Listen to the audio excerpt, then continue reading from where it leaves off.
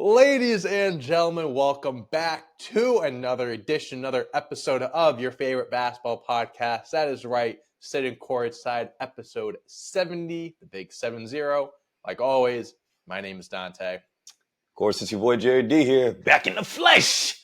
Back in the flesh, baby. It is a early Monday morning. Different. Usually, I don't know. Our filming days kind of vary depending on what we're doing during the week. But start of the week here, me and Jerry, we're ready to talk some basketball. We're full of energy right now. I got my energy drink. I don't think Jerry has an energy drink in him. I think he's just naturally excited. He's got water. That's his Celsius. That's his Celsius. But we got some good topics today. Busy week in the NBA this past week. A lot of big storylines, some movement, some teams making some adjustments to their starting lineups and their bench that we're going to start with right now, Jerry, because right now it looks like the sun is setting in Phoenix. Get that? See what I did there? Well, actually, you wrote that, so you deserve all the credit for that. That's you. You got it. I'm steering the ship. I'm only steering the ship. But yeah, so the Phoenix Suns, they're 1-7 in their last 8 games. Struggling a bit right now, falling down the ranks in the Western Conference. I believe that they are in the play-in spot right now. I want to say they're the 12th seed right now. They are not in the play-in game outside. And because of how concerning this is, they decided to move Bradley Beal and Nurkic out of the starting lineup, replacing them with Ryan Dunn and Mason Plumlee. That is a drastic change, considering Bradley Beal is one of the highest paid players in the NBA. Yep. He has a no-trade clause. They obviously traded for him last year, and they're taking him out of the starting lineup, separating him from their big three of Devin Booker and Kevin Durant. So when you saw this happening, are you looking at this as like, oh, they're just trying out different things, or are you thinking what I'm seeing, also thinking that this could be a message sent to someone like Bradley Beal, because he does have a no trade clause, one of the only players, not many players get those, but he is one of them. Do you think this is maybe a message from the organization being like, hey man, we're going to move you to the bench unless like you got to let us trade you or something like that? If you don't let us trade you, you're staying on the bench and your role is getting minimalized. Yeah, no, absolutely. I don't really see what else it could be.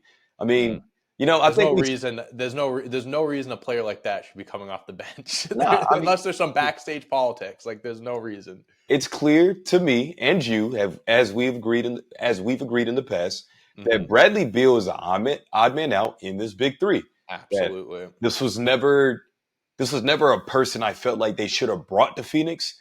But Matt Ishbia buys the team, and he comes in and it's like, I need another big name to put alongside Devin Booker. You get Kevin Durant that doesn't know how to put a team together. Not at all. No. Not at all, which doesn't make any sense. And now I think they're starting to see it. Wow, maybe Frank Vogel last year wasn't the issue. And then Mike Budenholzer gets here, and he's an offensive genius compared to Frank Vogel being on the defensive side. And they're the 12th seed. And they're the 12th seed. And they're struggling, yeah. They're struggling. Kevin Durant missed out on the first few games with an injury. So I kind of thought whenever he got back, maybe whatever glaring issues they had could have been erased by the greatness of, the Slim Reaper. But hasn't been the case. Like you mentioned, 1-7 in these last 8 games for him. But I think the move is necessary, not even just to send a message, but to kind of inject some different juice. Because maybe Bradley Beal coming off the bench could be something that benefits him more. We see this out of aging players whenever they fall out their prime. They move to the bench, and it's kind of like, wow, I get to kind of run this second unit and do things the way I want to do it and be the best player on the court whenever I get off the bench, just like how we saw Russell Westbrook do it whenever he went to the Clippers and kind of re-energize himself, found a role with Denver now, and now he's back in the starting lineup over there. But it's definitely, back to your point, though, it's definitely a message that, Bradley, you're going to be our sixth man. If you don't like it, demand a trade. Yeah, and they'll fulfill it probably. More than likely. I'm looking like he's averaging close to 18 points, 4 rebounds, 3 assists, shooting 48% from the field and 39% from three.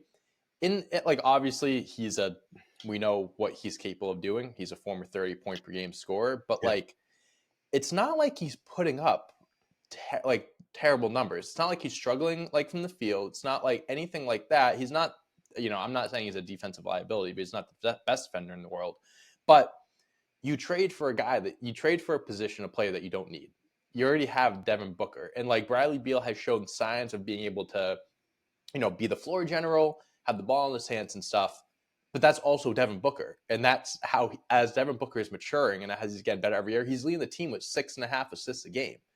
That should be Devin Booker's role, being the floor general. At least at that point, they got Tyus Jones to relieve it. But just a playmaker, a playmaking scores. Like that's it. And like you didn't need to get Bradley. You should have kept everything that you had for that you sent off for Beal. Get a guy like Tyus Jones that solves the floor general issue. Then you go after a need. I mean, Nurkic isn't the worst starting center in the league, but I'll tell you what, like they should look to get whether it's a wing or another big man, because a guard isn't what they need. Any other position is more needed for Phoenix. And it's unfortunate, but Bradley Beal, just from the beginning, I mean, you said it, I don't think he was ever it was never going to be his team ever. He was never going to be a focal point in this team. It was always the Booker and KD show, and then Bradley Beal tagged along.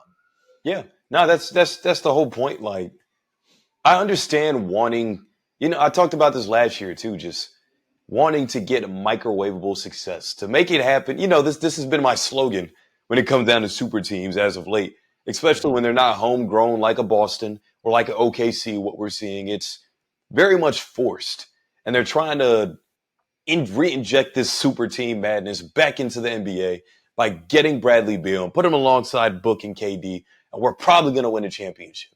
Yeah. They have no depth. That was a problem last year. That was the biggest issue with getting Beal and doing all this, is you're gutting your bench and your depth. And that's one of the biggest things. We turned into only a few years ago, the league turned into we went from super teams to duos, right? You started seeing the Kawhi, Paul George got together, LeBron, AD. You can say Jalen, Jason. I know they're homegrown, but like that. And now they're like, oh, and again, this owner, this GM that is a fantasy, that lives in a fantasy world, that plays 2K My GM and thinks that it all works. The bigger player name players you have on your team, the better it goes. Goes, oh, we're in that, that's the era we're in. Let me get a third guy. And since we have a third star, that means we're head and shoulders above everyone else. That's not how you make sacrifice. It's not, first of all, it's not how the real world, that's not how the real world works. That's not how the NBA works nowadays. It can, but not always. You make sacrifices by going after a third star. Like the Lakers, if they did go after a third star, let's say they go after Trae Young, you would have to gut a lot of your team. And that would honestly could hurt you more than help you by getting Trae Young. So you make those sacrifices. And in this case, they took a risk. Hey, I give him a credit. He has a lot of balls to do what he did, but it didn't work out. And now it's biting them in the ass. Absolutely, man. I really don't have anything else to add. It's fool's gold to think that you can just buy everything you want. That's not how the NBA works. It's all about the other guys. And we see it time and time again. And Phoenix has a lot of soul searching to do. Mm-hmm. Do you think this is going to lead to a trade, or do you think this is just they're going to test things out and then ride out the rest of the season? Nah, I think it leads to a trade. It's January 6th at the time of us recording this. We're about a month away from the trade deadline, to where I could realistically see, and we got to monitor the next topic we're going to get to with a certain player that we'll talk about, but also other teams could be shopping their assets. Maybe the Chicago Bulls become a target because you bench Nurkic. Maybe you want Vucevic. Maybe that makes more sense for what you guys have going on. I think Bradley Beal is obviously going to have to sign off. He's going to have a list of teams. I'd imagine they can't send him on a contract dump or nothing like that. Nope. He ain't going to go to a Detroit or Chicago, that's for sure. He's going to want to go somewhere that makes sense for him to win. Where that is, not quite sure. I don't know what the market looks like on Bradley Beal if anybody wants to go test those waters. But either way, I think Beal's out before the deadline. I'd be curious if his priority is winning more than just having a role similar to what he had back in Washington. That's true. He's 31. He's not old. He technically still is in his prime on the later years, but he still is in his prime. I'm not saying, obviously, you make the NBA, you want to win. But I think for him, if they present him with, I don't know, I can't think of a team at the top of my head, but if they present him with a team like, hey, this is like a play-in team. You could make the playoffs, but you are going to be the number one. And it's up to you if you're going to lead the team, whatever. I'm Bradley Beal. I'm like, I'm not mad at that. I think I'm okay with that. But yeah, I agree with you. you don't make this move unless your intention is to trade someone or piss off the player, so they request the trade. So You that know, organization's is a fucking, it's a God shit bless show. them. It's a shit Stay show. out, stay out west. We're stay further away from us. They can't be further away. Maybe it should be said too, in Bradley Beal's defense, that maybe he embraces a 6-man rule. He is a pro. Could He is a guy. absolutely, He is a professional absolutely. scorer, like you mentioned, a Hmm. former 30-point scorer. Maybe off the bench would be perfect, so he doesn't have to Yeah, share the floor with two other megastars. It could just be the Bradley Beal show. I Whenever I mean, run the two of six the man, last 5 games he's had 30 points and 25. So he I hasn't mean, played it's bad. he can still go. Like I said, he's not putting up bad numbers this year. Maybe it is just a change of whether you're in the starting lineup or you're the 6 man. Maybe that is the spark. Who knows? We'll have to wait and see. But It's an very ego interesting thing. move. It's an ego thing. Let's see how Bill reacts. Right. I'll retract everything I just said, everything we said. If he reacts positively So to what's this going to change, happen, Jerry, is a week from now, January 13th, we're either going to be talking about how the Phoenix Suns have won 3 straight games. It seems things are picking up, or we're going to be like, well, they lost 3 in a row. Bradley Beal has voiced his displeasure, and this is this is where we're going. So TBD. I bet one of those two things will happen, but we'll see. Okay, before we get back to the video, I would like to take a moment to tell you about our sponsor for this episode, DraftKings. Let's take a look at the gridiron for a sec. Have you played Pick 6 from DraftKings yet? What are you waiting for? You better get on it. The playoffs are here and time is running out. As the official daily fantasy sports partner of the NFL, DraftKings does fantasy sports like no one else. You can play for better payouts on Pick 6. It's really easy to get started. Select 2 or more players, choose if they'll have more or less of a stat, and you're done. Pick 6 is available in most states, including Missouri, California, Texas, Georgia, and more. And DraftKings is making it even sweeter for first timers. New Pick 6 customers play $5, get $50 in Pick 6 credits. Win more cash on Pick 6. Download the DraftKings Pick 6 app and use code SITTING. That's code SITTING for new customers to play $5, get $50 in Pick 6 credits, only on DraftKings Pick 6. The crown is yours. Gambling problem? Call 1-800-GAMBLER. Help is available for problem gambling. Call 888-789-7777 or visit ccpg.org in Connecticut. Must be 18 plus. Age and eligibility restrictions vary by jurisdiction. Pick 6 not available everywhere, including New York and Ontario. Void where prohibited. 1 per new customer. Bonus awarded as non-withdrawable Pick 6 credits that expire in 30 days. Limited time offer. See terms at pick6.draftkings.com/promos. Thank you so much, DraftKings, for sponsoring us. Now, back to the episode. Moving on to the next topic, we're going to talk about another team that is struggling in their own way right now with another star player. We've been talking about them for a little bit, but it just keeps getting better and better, Jerry. Sure The does. Miami Heat is struggling to find a trade partner for Jimmy Butler because Jimmy Butler requested a trade. He said that he has no joy in playing in Miami, on the court at least, has no joy in playing basketball. I guess the suspension arose from the team saying he wasn't contributing as much as he could have to I think it was against the Pelicans or whoever it was against. And they basically were like, we're open to offers. Well, listen, it's time to get rid of Jimmy Butler. So what are your overall thoughts on this? I mean, there's obviously, we've talked in the past of like teams that should target Jimmy Butler, teams that he could end up with. We talked about the Nuggets, we talked about Warriors.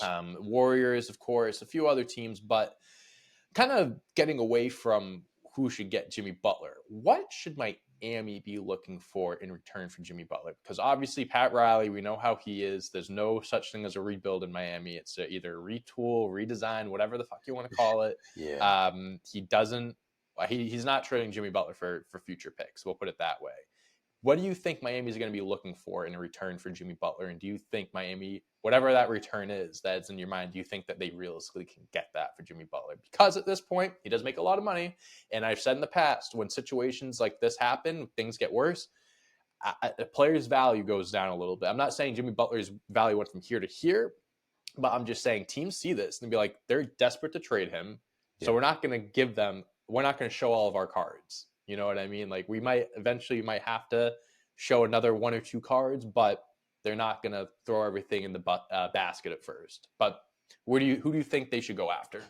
Yeah, I think it should definitely be like me and Pat Riley.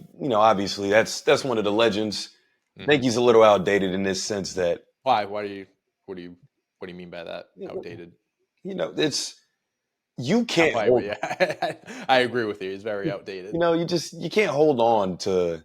It's like trying to stick with your girlfriend, but she's cheating behind your back and has all these dudes' numbers in her phone. And Hey, man, they said the relationship hasn't been the same since Pat Riley told him to keep his mouth shut. he basically told him to shut up and dribble He did. to Yeah. some degree. And Jimmy Butler said it the other day. He goes, I'm just going to keep my mouth shut and play basketball. Like Yeah. this Yeah. situation Toxic relationship. it's beyond repair. And now after the reports, seeing how they are struggling, they can hold on to Jimmy until they find a partner. But the thing is, again, just like how we talked about for Bradley Beal, they got about a month before the deadline comes. And now the clock's on to see if they could happen to find a partner. But to answer your question, though, what they should be looking for, it should be younger assets. In my opinion, the Should Heat be. should hit the reset button to some degree and figure out who's going to be a part of their core. Whether you keep Bam, you keep Tyler, whatever your plan is, get rid of Jimmy, get some draft assets, or go target younger players. I think that maybe they should go talk to Minnesota, who's in a little bit of a weird situation. I don't know Mm-hmm. what pieces on there might look entertaining to you, but hey, maybe you want Jalen McDaniels or Jaden. DiVincenzo. Yeah, DiVincenzo. I don't Guys know. like that. Go get somebody that fits Get this a bunch of timeline. gritty players, Yeah. some players that Miami could work. I feel like DiVincenzo and Tyler Hero would be the greatest white boy duo of all time if they were in Miami together. Oh my This God. it kind of has like we have to get creative here, right? Like Yeah, maybe you for talk to sure. Philadelphia, maybe Because this is a situation where, and I don't want to interrupt you, but Jimmy Butler doesn't care where he goes because he thinks he can make any team competitive. yeah, So this isn't like he's giving them a list. I'm sure he has preferences, of course. Like I'm sure he'd rather go to fucking New York or Detroit. You know what I mean? But I think with this, I think Miami is going to explore all options. But yeah. they're not going to limit themselves. They're going to be open to any and every team. And like how we talked about before we started this thing, like another team that should probably look to invest in Jimmy Butler's services should be Memphis, where Yeah.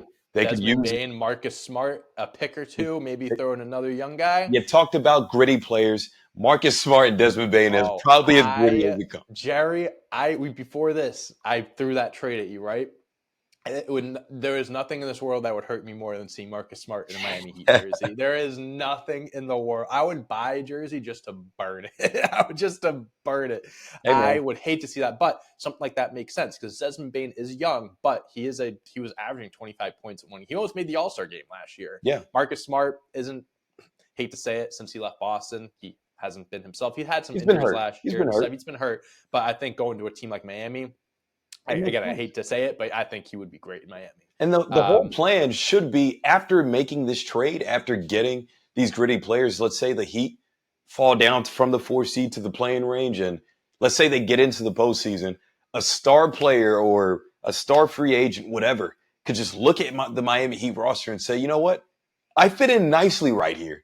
I don't know what the next class looks like. I haven't looked at it in a little while, but the next free agency class can come in and just look at Miami as one of those destinations like, hey, I see they take care of their stars. Jimmy Butler was well taken care of before they just didn't surround him with talent, but they already have talent on the roster. At the same time, too, it's like what you're piggybacking off what you're saying. Like, I don't think this whole Jimmy Butler situation, I don't think it necessarily hurts the image of Miami because, again, like they did treat him well for a few years. And like Jimmy Butler does have a track record of things ending poorly. I'm not saying it's all because of him or anything like that. Kind of similar like James Harden. It's like he's had bad situations, but like, is it really his fault? So it's like, how much of it really is to blame for Miami? Is it kind of like goes hand in hand? I'm not saying that it isn't Miami's fault, but I'm just saying like, it could be, there could be other things in the mix that we might not know about. Anyways, I think going off of what we were saying earlier, like Phoenix obviously could be a team that could go for him, like Bradley Beal if he wants out. I think that's an easy money swap right there. And also, I brought this up to you before. Jimmy Butler says he can make any team competitive. Prove it. Send him to New Orleans. Get like CJ McCollum or like Brandon Ingram back or something like that. They're trying to trade everyone. get Zion if you want. If they want Zion, they'll take any of those guys. I think that there's enough teams in the league that have enough assets that Miami can still take back and be competitive, where they're not going to win anything, but like they'll still be a playoff team or whatever. And I don't know. I think the team that trades for him, it could be very shocking. I don't know if it's going to be a team that we're expecting. Nat, it seems like, especially with what you just said, is kind of stuck on my mind. Just Jimmy Butler has been maybe semi-problematic. Mm-hmm. Like, really, I'm just thinking mostly about the Minnesota situation. Because when he forced his way out of Chicago, it was like, all right, Chicago had nothing going on. Yeah, they had nothing going on. He gets to Minnesota.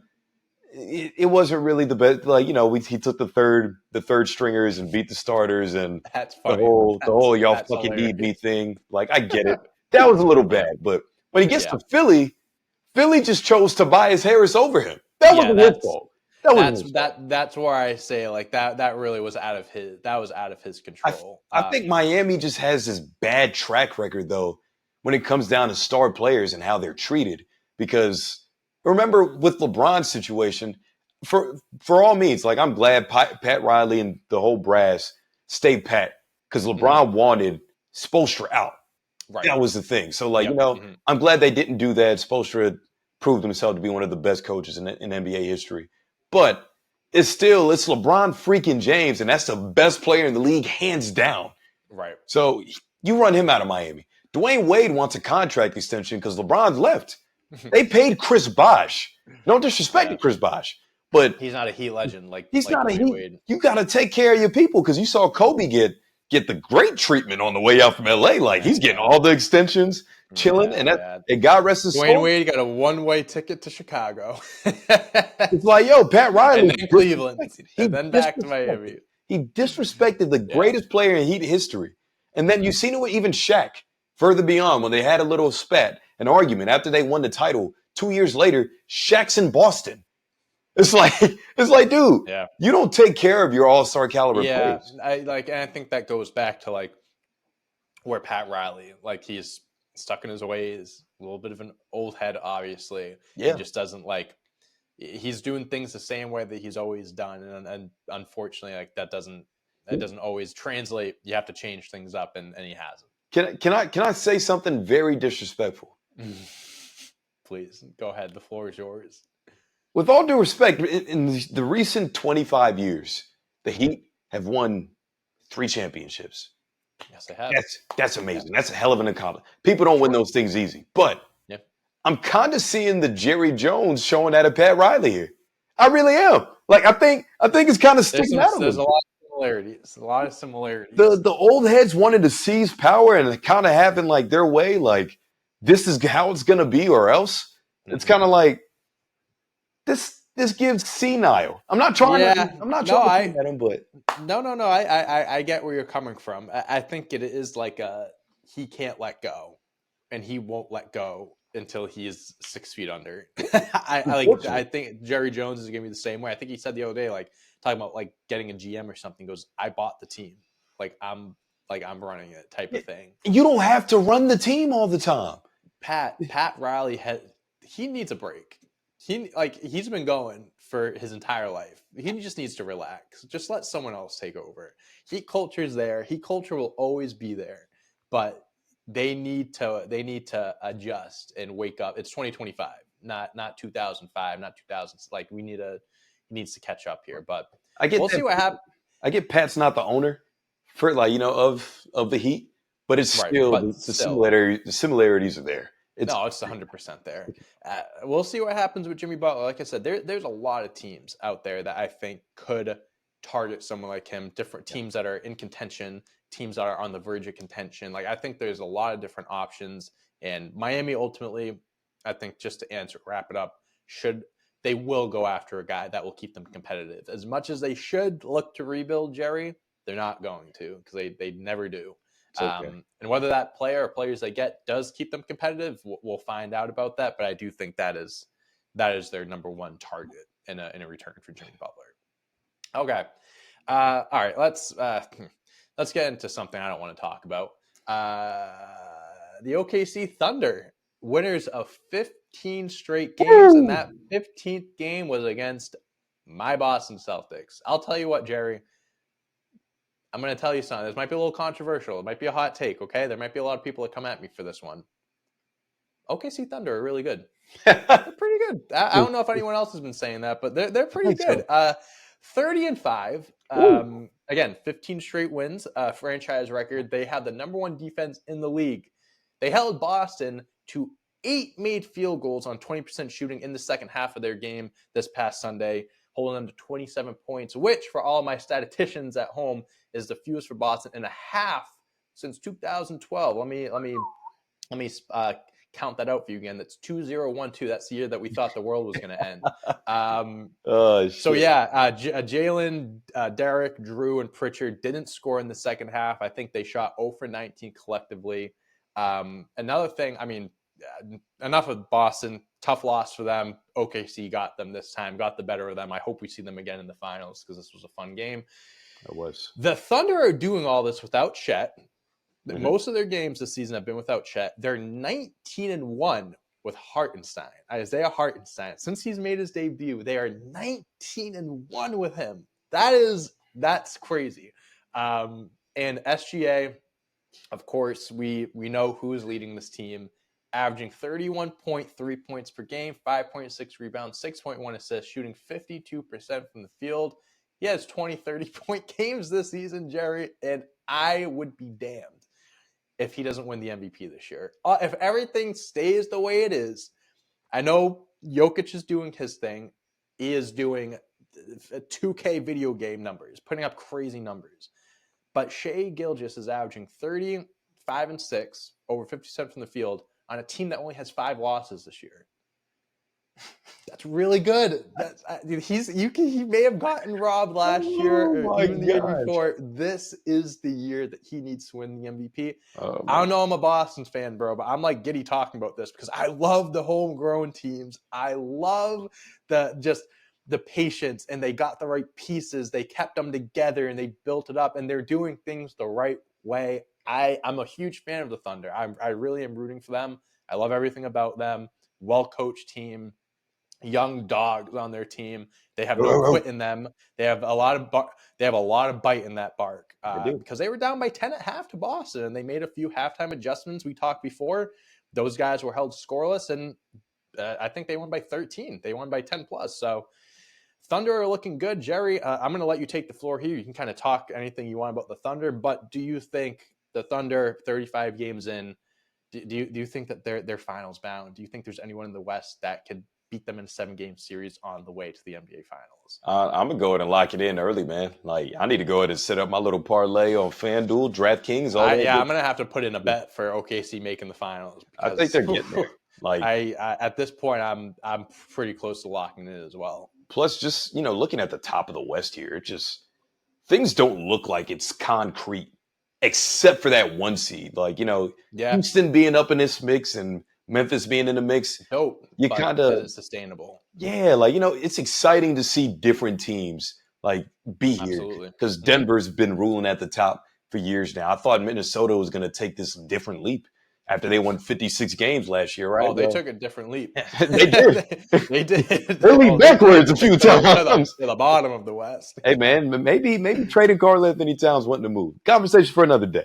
But conversation. Keeping OKC at the forefront of this conversation here, just number one defense in the league, least amount of points allowed per game, number one in defensive efficiency. I'll give it to them too. Best home court in the NBA. I love Boston, but them in Cleveland have crazy home courts. Because it feels like maybe not so much Cleveland, but OKC gives off this college atmosphere vibe, right? I actually was watching I was out yesterday, so I watched the end of the game.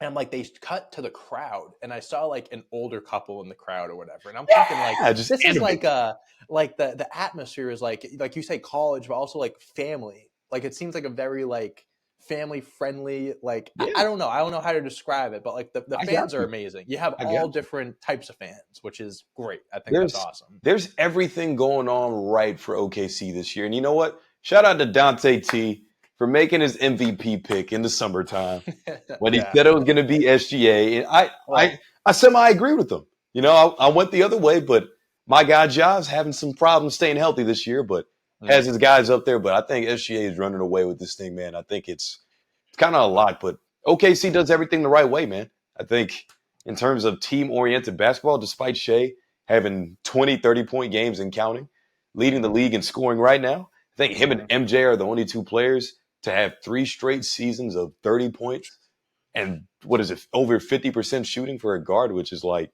wow. But one thing that I wanted to mention to you that I know is going to piss a lot of people off, but I'm all here for it, is that SGA is having a very similar year to probably everybody's favorite guard in this generation.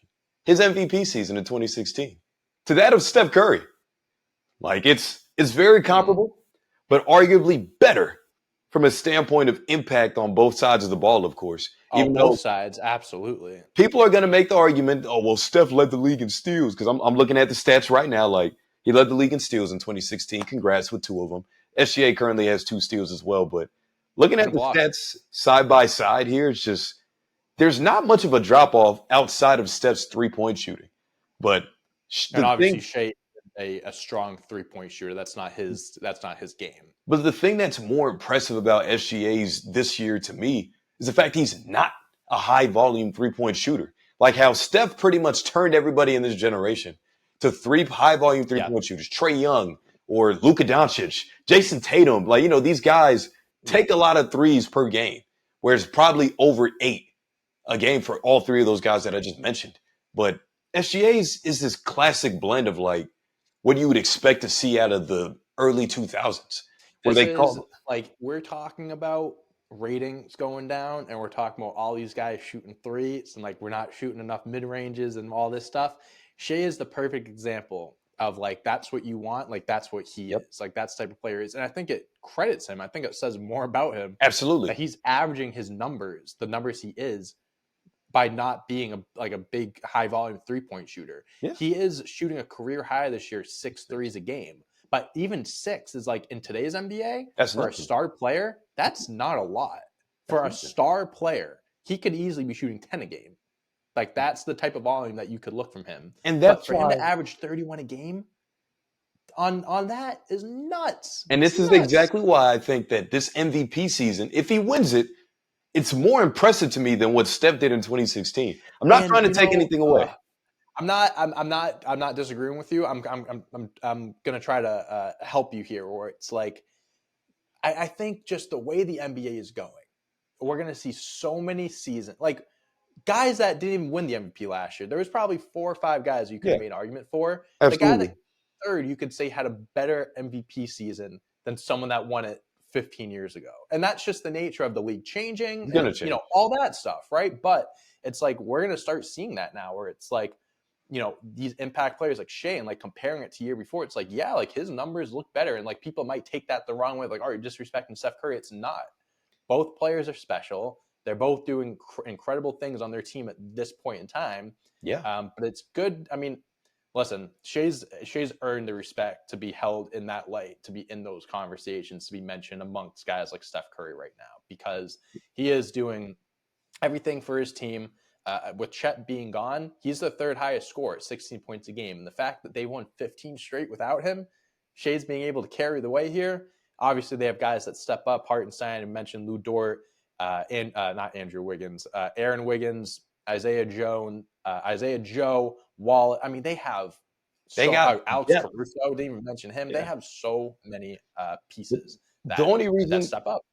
The only reason why I said that is just because Steph is obviously a focal point on the offensive side of the ball, to where you know he has to get going to make his team win. I'm not trying to take anything away from Steph, but not only is SGA that on the offensive side of the ball, but also on the defensive side of the ball, where I hate to bring this up, but you saw the chase down block that he had on Jason Tatum. Oh, I did. Where that kind of flipped the game. Soft ass take from Tatum, but yeah, it was. Either way, soft ass. Oh no, very more impressive on the defensive end, 100%. SGA just seems like a key cog, and probably I don't see a lot of guys take pride in defense as much. Like, of course, the guy who blocked, Tatum does as well. Jaylen Brown does as well, but SGA just having this It's crazy not season common. right now. And plus, the Thunder are 30-5. And looking it up for the Warriors at this point in time through 35 games, they were 33-2. Obviously, for those who don't know, the Warriors ended up breaking the regular season record for most And they wins didn't, to win and then they 73. lost in the finals. We're not talking about that right now. But yeah, they lost in the finals. But OKC has a shot to possibly win those amount of games. Maybe they can get to high 60s, but I think getting to low 70s is realistic to where I'm like, wow, these guys could have an historic season. Like they're on route right now. It's not and and and unattainable. then and then on the other side of things, Cleveland's 31-4. So it's So like not we don't crazy. have to dive into them, but the fact that you have two teams that are kind of on pace right now or They play could, this Wednesday. They play each other Wednesday. oh, do they? Oh, Yeah, that's gonna be must see TV right there. yeah. Yeah, man. I mean, OKC is doing a lot of great things out west. I I said earlier that I don't want to lock it in, but at the same time, I really like don't know who else is. I mean, the West is strong. Don't get me wrong. I think the Hey, Thunder will get battle tested in the playoffs, but I don't see any team right now that could beat them in a 7-game series. it's hard, man. Like I think just looking at this Western Conference, how everything shakes out, there's no telling. Like Phoenix is also a team that could rise all of a sudden. They can still get hot Yeah, even though they're struggling. So between the second and 12th seed, there's a 7-game difference, which in the grand scheme of things, we're 35 games in. We still have half the season left. Like that's you does it, know, like, Phoenix could end up as the second seed in the West. Who knows? we talk about basketball being a game of runs. So is the season, right? Yeah, To where teams lose absolutely. 5 straight and then they win 15 straight all of a sudden. So Yeah. should be interesting to see what happens as the season carries on here. Absolutely. And I think that's all we got here today, Jared. Do you have anything else you want to mention before we close it out? I got 2 things. One, Leangelo Ball dropped a hit. I might as well run out. Oh, I'm sorry. Whoa. Yo, I actually am so I'm mad at myself because when we started this, so before we started filming, when came in the room, I was gonna do that as a joke and just see if you like understood the reference. And I completely forgot to do it, dude. Leandro Ball finally made it to an NBA locker room. Congratulations, Leangelo. Wow. Second, But he got it with his music skills, not his basketball skills. okay, all right. Secondly, Well, all right, listen, hold on. Before you move on, you can't tell me that is the most 2005, 2006 rap song you've ever heard in your life. I mean, I hear that, it's there. I am brought right back to 20 years ago. That's all I'm saying. It's lit. I'm not gonna lie. I kind It's of gonna like. be it's gonna be every single hoop mixtape music like soundtrack I, for the next like 6 months. I can dig that. It's actually kind of tough. Like, maybe I'll ask LaMelo about that tomorrow. Like, it might You be should. You kind of should. funny. But secondly, here, shout out to Derrick Rose getting the nod to get his jersey Yes, retired in Chicago, man. absolutely. Happy for D Absolutely. Rose, man. No, That's no player will ever wear number one again in Chicago, as it should be. yeah, like it's legendary career. Obviously, short lived with the injury. Didn't really get to play it like he wanted to, but still managed to play a bunch of other seasons after that. So D Rose, we love you. I think it's definitely safe to say you impacted our basketball journey as we continue to fall deeper in love with the game. So shout out to D Rose, man. Absolutely. That's amazing. Shout out D Rose, man. One of the greatest to ever do it that was unfortunately unable to reach his full potential. But in the short time that he was healthy and all that, he was one of the best players in the world, youngest MVP ever. And that is a feat that Hey, I don't know if that'll get touched again. We'll see. But Derrick Rose was one of a kind.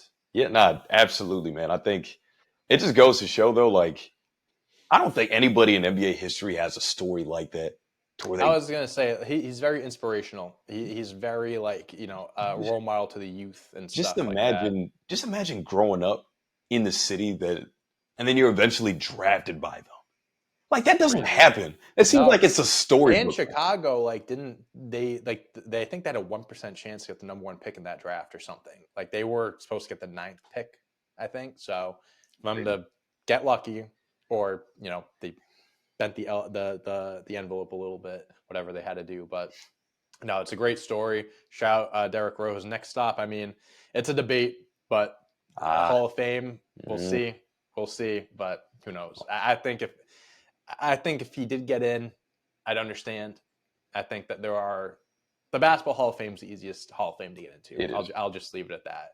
But Thank you guys so much for watching. Please make sure to check out all the other content on this channel as well, all the long form and short form games that we have. Check all that out. If you are an audio only listener, we appreciate it. Make sure to give us a 5-star rating, review, all that good stuff. Like, subscribe, put in the comments any thoughts, opinions you have on this episode. If you're here on YouTube, we appreciate all the support, and we will be back here next week for episode 71. So my swerve in that corner. Whoa, whoa. Whoa.